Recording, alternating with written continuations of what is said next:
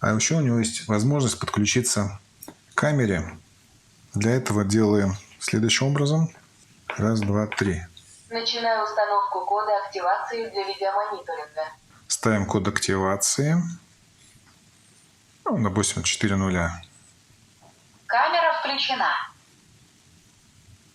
Так, класс. Теперь мы видим все. Видеомониторинг включен.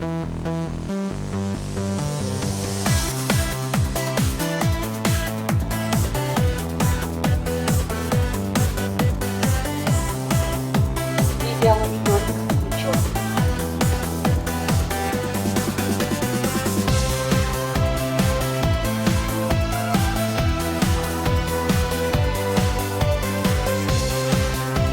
Видеомониторинг включен. Видеомониторинг выключен.